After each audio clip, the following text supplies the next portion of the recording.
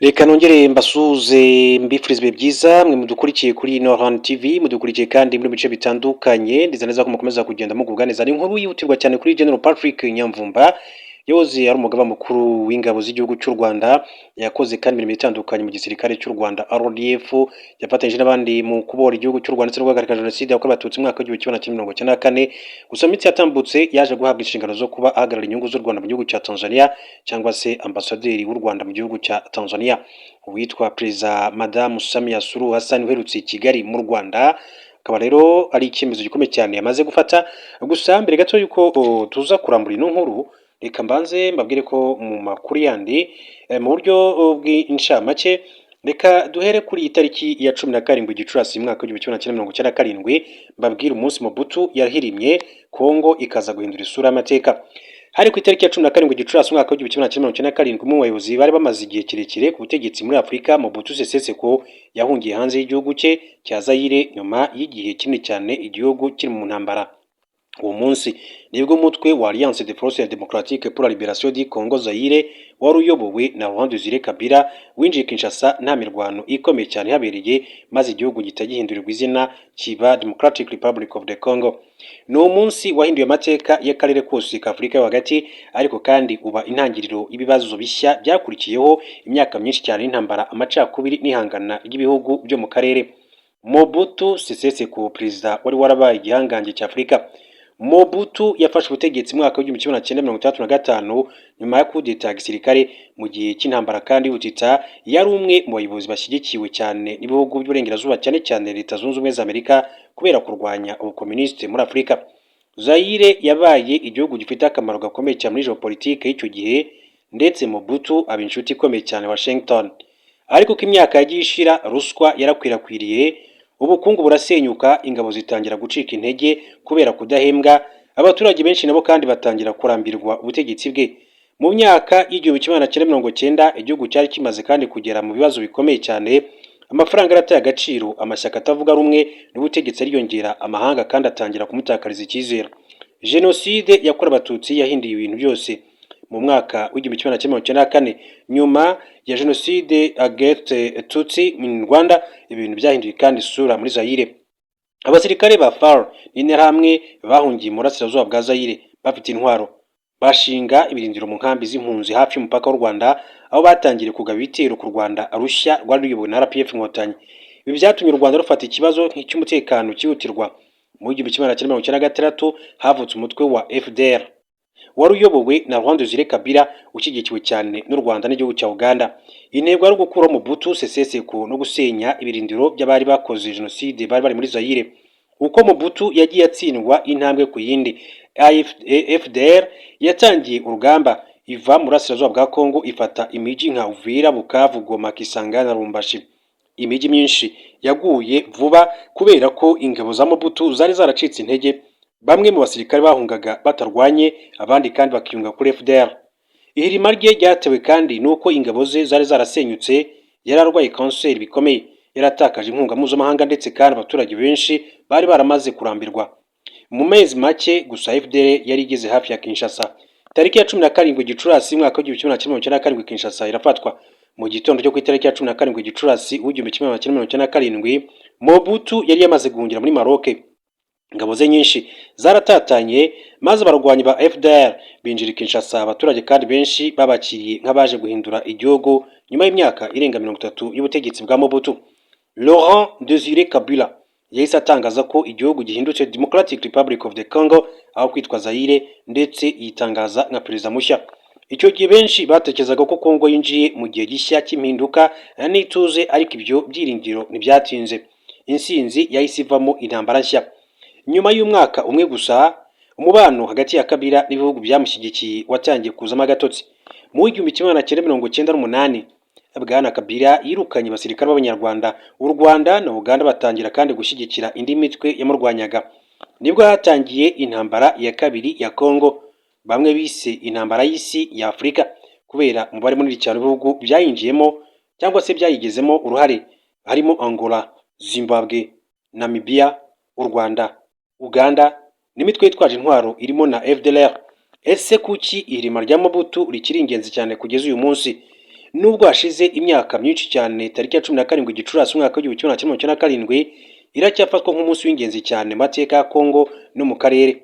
Ni umunsi warangije imyaka 32 ubutegetsi bwa Mobutu Sese Seko wahinduye geopolitike ya Afurika yo hagati, watanze intangiriro y'intambara zakurikiyeho mu 1990 ndetse muri Repubulika Demokarasi ya Kongo. Kandi kugeza n'uyu munsi ikibazo cy'umutekano mu burasirazuba bwa Kongo gifite imizi muri bihe byose. Hari ababona Mobutu nk'umunyagitugu wasenye igihugu cye, abandi bakavuga ko nyuma ya Kongo yinjiye mu bihe by'intambara birushijeho kandi gukomera.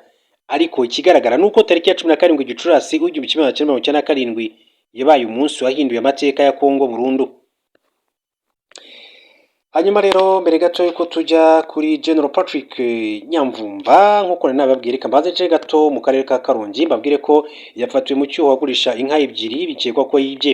Ni umugabo mu karere ka Rutsiro ufite imyaka 28 yatawe muri yombi nyuma yo gufatirwa mu cyuho agurisha inka ku isoko ryo mu karere ka Karongi, inka ebyiri bikekwa ko yibye. Uyu mugabo bivuga ko yari afite ikibazo cy'amadeni, yafatiwe mu isoko ryo mu mudugudu wa Nyagahinga, akagari ka Bubazi, umurenge wa Rubengera w'akarere ka Karongi, tariki 20 Gicurasi 2026. Ni nyuma yaho Macumu Daniel w'umurenge wa Mukura, akagari ka Kageyo, umudugudu wa Nkonsa, ari naho kandi ukekwaho atuye, yabyutse agasanga inka ye ndetse y'ikibamba n'ikimasa icukije zitari mu kiraro, agahita abimenyesha abaturanyi rero n'ubuyobozi bakamufasha gushakisha. Mu gukurikirana izo nka kandi bamwe bagiye gushakira mu isoko ry'amatungo rya Rambura, abandi bajya gushakira mu isoko ry'amatungo rya Kanyiramugozi mu karere ka Karongi. Abagiye gushakira mu isoko rya Kanyiramugozi basanze umugabo ufite inka ari kugurisha amafaranga make bagereranyije n'agaciro kazo. Barebye babona zihuje ibimenyetso n'izibwe, bahita bamufata kandi bahamagara nyirazo. Umunyamabanga nshingwabikorwa w'umurenge wa Rubengera Ayebagabo Faustin yashimye abaturage kandi batangiye amakuru ku gihe bigatuma izi nka ziboneka. Asaba abaturage gukura amaboko mu mifuka bagakora aho gutekereza kwigabiza iby'abandi. Ati turasaba ko ubwo bufatanye bwo gutanga amakuru bwakomeza kugira ngo tubashe kandi gukemura ibibazo nk'ibi, hagire ibigaruzwa. Ati tunasaba kandi n'abafite ingeso nk'izi kubireka bagakura amaboko mu mifuka bagakora. Macumu Daniel nyuma yo gusubizwa inka ze zari zibwe yashimye ubuyobozi bw'inzego z'ibanze, abaturage n'inzego z'umutekano, avuga ko iki kibazo kandi bakigize icyabo bakamufasha kugeza inka zibashe kuboneka. Ukekwa afungiye kuri sitasiyo y'urwego rw'igihugu rushinzwe ubugenzacyaha mu karere ka Rubengera, mu karere ka Karongi, ni mu murenge wa Rubengera mu karere ka Karongi. Hanyuma tujye rero ku nkuru yacu nyirizina kuri General Patrick Nyamvumba, babwira ko ati bizoroshya ishoramari n'ubukerarugendo. Ambassadeur General Nyamvumba Patrick mu ngendo za Rwandair muri Zanzibar. Ambasaderi w'u Rwanda muri Tanzania General Patrick Nyamvumba yavuze ko ingendo za Rwandair muri Zanzibar zije kunganira abaturage b'impande zombi, byaba mu bikorwa by'ishoramari cyangwa se ubukerarugendo. Yabigarutseho ari ku itariki ya 1 Ukuboza 2025 ubwo sosiyete y'ubwikorezi bwo mu kirere ya Rwandair yatangizaga icyerekezo gishya cya Mombasa Zanzibar. General Patrick Nyamvumba yavuze ko bizafasha abava i Kigali berekeza muri Zanzibar cyangwa se abavayo berekeza mu Rwanda. Abantu bacu bashaka kuza hano ubu bashobora kandi kuhaza byoroshye, ati batagombye kuzenguruka cyangwa se batagombye kunyura Dar es Salaam ngo bafate amato. Birumvikana muri urwo rugendo kandi igihe gusa umuntu akoresha ubu kandi ushobora kandi kuva hano ukajya i Kigali ukoresheje isaha n'iminota 45, ariko mu by'ukuri ubundi udafite uburyo bw'urugendo ruhita rukomeza byagusaba kugeza kuza ukara Dar es Salaam, hanyuma ejo uzafate ubwato cyangwa se indi ndege. Yongeye ati buriya ati nuko tutajya tubibara neza, ariko igihe nacyo gifite ikiguzi. Ati birorohereza ati abashaka kuza hano haba mu ishoramari cyangwa se ubukerarugendo guhindura imibereho kimwe n'abandi bava hano bajya iwacu mu Rwanda. Yagaragaje ko icyo cyerekezo kitazagirira umumaro abanyarwanda ndetse n'abanyatanzania gusa, ahubwo hari n'abandi bagenderera ibihugu byo mu karere bazajya kandi bakifashisha. Ati muri ibyo byose kandi ariko harimo n'abandi batari twe, batari abanyarwanda n'abanyatanzania, kuko Rwandair ikorera abagenzi bose, abanyafurika no ku yindi migabane. Abo rero ati niba bahari nibo bazenguruka no mu bindi bihugu byacu. Iki cyerekezo cyari gisanzwe kiriho kandi cyarakorewe ubushakashatsi ko cyagirira akamaro kuri twe abanyarwanda no kuri Rwandair. Ubu rero ati bikaba byashyizwe mu bikorwa.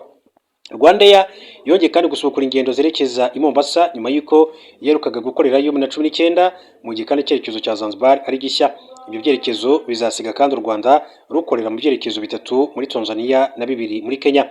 Rwandair izajya ijya mu cyerekezo Zanzibar Mombasa inshuro enye mu cyumweru, kuwa mbere, kuwa gatatu, kuwa gatanu no ku cyumweru. Umuyobozi mukuru wa Rwandair Yvonne Maklo aherutse kandi kuvuga ko gutangiza ingendo muri Zanzibar ari intambwe nziza mu rugendo rwayo rwo kwagura aho igera muri Afurika y'Iburasirazuba, kandi bizafasha guhindura Kigali ahantu h'ingenzi. Ibyo birafungura amarembo ku bucuruzi, ubukerarugendo no gukomeza kandi ubufatanye muri Afurika y'Iburasirazuba muri rusange nk'uko yakomeje kugenda abivuga. Hanyuma rero tujye kuri Perezida Samia Suluhu Hassan w'igihugu cya Tanzania, turebe amakuru amuvugwaho. Akaba rero aherutse i Kigali mu Rwanda. Suluhu yashimiye Perezida Kagame wafashe iya mbere ku ikoreshwa ry'ingufu nucleaire muri Afurika. Perezida wa Tanzania Samia Suluhu Hassan yashimiye Perezida Paul Kagame wakoze ubutaruhuka mu guharanira ko Afurika nayo yaza imbere muri gahunda zo kwisunga ingufu za nucleaire mu iterambere ry'uyu mugabane. Yabigarutseho kwa 19 Gicurasi 2023 ubwo yari mu nama nyafurika yiga ku iterambere n'igikoreshwa ry'ingufu za nucleaire. Iyi nama izwi nka NEISA, Nuclear Energy Innovation Summit for Africa, yabaye kuva ku itariki ya 19 kugeza ku itariki 21 igomba gusozwa uyu munsi. Akaba rero u Rwanda ruyakiriye ku nshuro ya kabiri. Yatangijwe ku mugaragaro na Perezida Kagame, yitabiriwe n'abarenga 1200 kandi barimo n'abakuru b'ibihugu na za guverinoma nka Perezida wa Tanzania Samia Suluhu Hassan, Perezida w'inama y'abaminisitiri ya Togo Faure Suzima Nyasiba. Perezida Samia Suluhu Hassan kandi akaba yashimye Perezida Kagame waharaniye ko izi ngufu zikoreshwa hagamijwe kandi amahoro mu gihe uyu mugabane ari wo wasigaye inyuma muri uru rwego. Afurika y'Epfo nicyo gihugu rukumbi gikoresha ingufu za nucleaire muri Afurika. Iki gihugu gifite gahunda kandi gifite uruganda rutunganya amashanyarazi akomoka kuri izi ngufu ruzwi nka Koeberg Nuclear Power Station, ruri mu birometero nka 30 uvuye mu mujyi wa Cape Town. Uru ruganda rufite ubushobozi bwo gutanga gigawate imwe n'ibice 94 z'amashanyarazi mu gihe kandi ibindi bihugu aribwo biri mu gutegura iyi gahunda. Misiri nayo kandi irarimbanyije mu kubaka uruganda rutunganya amashanyarazi akomoka kuri izi ngufu. Iri kubaka uruganda ruzwi nka El Daba mu majyaruguru y'Iburengerazuba. Ruzaba rufite ubushobozi bwo gutanga amashanyarazi angana na gigawate 4.5. U Rwanda rumaze kandi imyaka 10 mu rugendo ruganisha kubaka uruganda rw'ingufu za nucleaire bitarenze muri 30. Ariyo mpamvu rero Perezida wa Tanzania yashimiye Perezida Paul Kagame uri mu bafashe iya mbere. Perezida Suluhu Hassan yashimiye u Rwanda rwamwakiriye neza ndetse agaragaza ko yanyuzwe n'imitegurire myiza y'inama yaranze n'isa 26. Yavuze ko iterambere rya Afurika mu bukungu rishingiye kandi ku kubona uburyo ingufu butangiza buhendutse ndetse kandi burambye. Yavuze ko Afurika ikomeje kugaragaza iterambere mu by'inganda, ubucukuzi bw'amabuye y'agaciro, ibikorwa remezo by'ikoranabuhanga n'ibindi bikorwa kandi bikenera ingufu zihagije. Akavuga ko amashanyarazi akomoka ku ngufu za nucleaire ari igisubizo. Ati icyambere ni ukubona imari yo guteza imbere ibi bikorwa. Ndashimira Rafael Mariano Grossi uyobora ikigo cya Loni gishinzwe iby'ingufu za nucleaire, wavuze ko iyo imari ihari ariko uburyo ibonekamo bugomba kandi kuba bunogeye ibihugu bya Afurika. Perezida Suluhu yavuze ko Afurika kandi ikeneye uburyo bugezweho bwo gushaka inkunga ifasha muri iyi mishinga n'uburyo kandi buriho bwo guhangana n'ingorane iyi mishinga ihura nazo. Ikindi ni ikijyanye no gushyiraho inzego zigenzura imishinga zifite ubushobozi kandi bwo gucunga no kugenzura izi nganda hagamijwe kandi kubungabunga umutekano w'abaturage. Gukoresha ikoranabuhanga ry'ingufu za nucleaire mu buryo butekanye ndetse hagamijwe amahoro bisaba ubugenzuzi bukomeye cyane, abakozi b'inzobere, ubugenzuzi mu bijyanye n'umutekano bunoze no kubahiriza amabwiriza mpuzamahanga. Perezida wa Tanzania yavuze ko ikindi gikwiriye kwitabwaho ari ubukangurambaga abaturage kandi bagahabwa amakuru akwiye aho gukomeza kugumana mu rujiro n'itekerezo z'uko buri gihe kandi ingufu za nucleaire zihora zigamije kwangiza. Abanyafurika bakwiriye kandi kumenya amahirwe ndetse n'inshingano bijyanye n'iterambere ry'ingufu za nucleaire. Yagaragaje ko Tanzania yizera ko gufatanya kw'Abanyafurika aribyo bizatuma imishinga ijyanye no gukoresha ingufu za nucleaire igerwaho mu bihe bizaza. Ashimira Perezida Kagame ko rero yarakoze ubutaruhuka mu guharanira ko ibi bigerwaho. Warakoze Perezida Kagame kuba waraharaniye ibijyanye no guhuza ibikorwa bya gahunda y'ingufu za nucleaire muri Afurika. Yavuze ko igihugu cyabo kiteze kwigira ku bindi bihugu mu iterambere ry'uru rwego rufatwa nk'aho ari rushya muri Afurika. Yibutsa ko nabo batangiye urugendo rwo kwisunga izi ngufu. Ati ingufu za nucleaire ntizikwiriye kubonwa nk'uburyo buhangana n'izindi ngufu zisubira, ahubwo biruzuzanya muri gahunda ngari yo kwimakaza uburyo bw'ingufu zizewe zitangiza ndetse kandi zirambye ati zishobora guteza imbere inganda muri Afurika. yavuze ko abanyafurika bakwiriye gufatanya mu kunoza urwego hagamijwe kandi kubona ishoramari rikwiriye guteza imbere ibigo no kubaka ubushobozi mu bya tekinike bukenewe kugira ngo Afurika itere imbere. Perezida Samia Suluhu Hassan wa Tanzania yagaragaje uburyo muri Tanzania nabo bakomeje kandi guharanira kubona ingufu zifasha iki gihugu mu iterambere. Yavuze ko ubu bakora amashanyarazi angana na megawate 2500 ariko muri 2030 bazaba bakeneye hafi megawate 8 ndetse na megawate 70-50. Niyo mpamvu Tanzania nayo irajwe ishinga no kwihutisha gahunda yo kwisunga ingufu za nucleaire muri gahunda yacu y'igihe kirekire kugira ngo zifatanye n'izindi zisanzwe mu kwimakaza iterambere ry'ubukungu. Perezida w'inama y'abaminisitiri ya Togo Faure Nyasibe nawe yavuze ko Afurika idakwiriye kandi gusigara inyuma mu bijyanye n'izi ngufu. Yakomeje avuga ko hakwiriye kandi gushyirwaho uburyo bunoze bwo kwimakaza ingufu, guhugura abanyafurika bakagira ubumenyi busabwa cyane cyane abakobwa, ati ku buryo umugabane kandi nabo wagira ijambo rifatika muri uru rwego. Umuyobozi w'inama y'ubuyobozi y'ikigo gishinzwe ingufu za atomike mu Rwanda, Rwanda Atomic Energy Board, Dr Lassina Zerbo yashimiye Perezida Kagame utarahwemye guharanira iterambere rya Afurika binyuze kandi mu nzego zitandukanye nk'ingufu z'ikoranabuhanga. Ati u Rwanda rwagaragaje kugira icyerekezo, ati kandi ikinyabupfura, ati n'ubushake, ati bishobora gutuma igihugu cya Afurika gishobora kandi kuba urugero rwiza, ati rw'ibishoboka mu bijyanye no guhanga ibishya. Icyo rero ni igihugu cy'u Rwanda abavugaga aba Faure Nyasibe, aba Samia Suluhu Hassan ndetse n'uriya muyobozi, akaba rero bose bakomeje kugenda babishimangira muri rusange. Hanyuma reka babwire no kujyanye n'icyorezo cya Ebola, babwira ko ikigo nyafurika gishinzwe kurwanya ibyorezo Africa CDC cyatangaje ko abantu 111 bahitanwe na Ebola muri Repubulika ya Demokarasi ya Kongo, mu gihe barenga 390 baketsweho ubwandu bw'iki cyorezo. Ishami ry'umuryango w'abibumbye ryita ku buzima OMS ryatangaje ko Ebola ari icyorezo cyugarije isi. Virusi nshya ya Ebola yagaragaye muri Repubulika ya Demokarasi ya Kongo na Uganda yitwa Bundibugyo. BBC yanditse ko mu banduye harimo abanyamerika 6. Ikigo cy'Amerika gishinzwe gukumira ibyorezo cyatangaje ko kiri gukora ibishoboka ngo abanyamerika bikekwa ko banduye bajyanwe ahantu hariye mu kato. Indwara ya Ebola yibasira abantu ndetse n'inyamaswa z'inyamabere zo mu ishyamba nk'impara, isha, inguge, ingagi, inkende, ibitera n'izindi. Indwara ya Ebola kandi irandura cyane ndetse ikanica cyane ku buryo ishobora no kwica hagati ya 50-90% by'abayirwaye. Ebola yandura iyo umuntu akoze ku maraso n'andi matembabuzi yose y'umuntu urwaye Ebola. Uwishwe na Ebola cyangwa se akoze ku maraso n'andi matembabuzi y'inyamaswa irwaye cyangwa se yishwe na Ebola. Ayo matembabuzi ni ibyuya, amarira, ibimyira, amacandwe, ibirutsi, inkari, umusarani, amashereka, amasohoro n'ubuherere bwo mu gitsina cy'umugore. Hanyuma Ubwongereza bwivanye mu muryango umwe bw'Uburayi, ariko ndabona gusubiramo byaje kugorana kabisa. Ndabona kugira ngo bazasubire muri European Union bizasaba agatuza.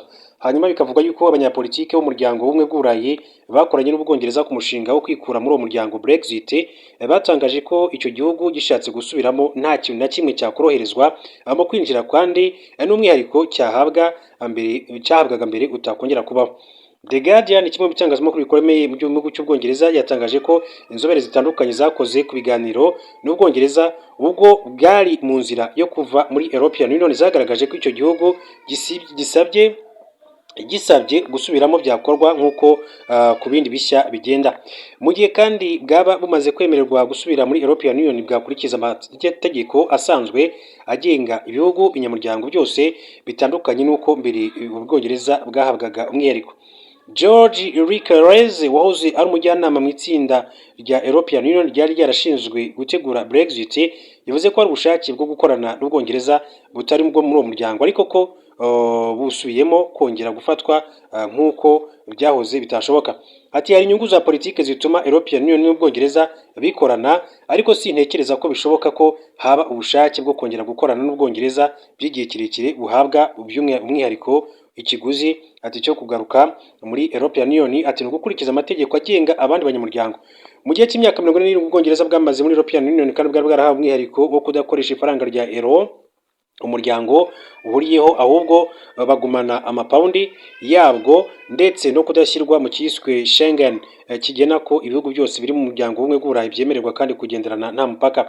Ikindi Ubwongereza kandi bwari bufite nk'umwihariko muri European Union no kugabanyirizwa amafaranga bwatangaga ku ngengo y'imari y'uwo muryango. Sandro Goz, uri mu bagize inteko ishinga amategeko ya European Union, we ati birasobanutse neza Ubwongereza bwasaba ati bwasaga n'ubwidogeye ati n'ubwidodeye umwambaro ubukwiriye ariko ivyo byararangiye Ubwongereza nta mwihariko bwabona bwafatwa ati nk'abandi banyamuryango bose ubona inyungu nyinshi cyane zo gukorera hamwe iyo wemera guhara ubumwe mu bubasha wari ufite abanyapolitiki bavuga ko European Union ishobora kandi kwakira icyifuzo cy'Ubwongereza cyo gusubiramo ariko bigasaba ko haba hari ubwumvikane buhamye imbere mu gihugu ati koko gishaka gusubira muri uwo muryango byashimangira ko Ubwongereza kandi bwahinduye ibitekerezo inzobere zivuga ko nubwo Ubwongereza kandi butasaba gusubira muri European Union vuba buzashobora kandi gukorana n'umuryango mu bijyanye n'ubucuruzi umutekano n'ibindi ariko